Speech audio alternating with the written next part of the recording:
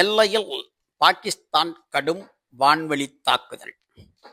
இதையடுத்து கிரிக்கெட் விளையாடிவிட்டு சென்று திரும்பிய வீரர்கள் 3 பேர் மரணம். ஆப்கானிஸ்தான் பாகிஸ்தான் எல்லையில் கடும் போர். இதையடுத்து இரு நாடுகளும் 48 மணி நேர போர் நிறுத்தத்தை அறிவித்திருந்தது.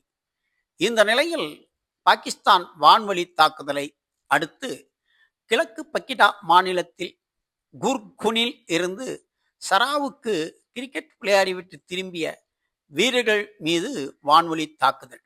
இதில் ஆப்கானிஸ்தானின் முக்கிய வீரர்களான சிப்காதுல்லா, ஹாரூன் கபீர் என்ற 3 வீரர்கள் பலியானார்கள்.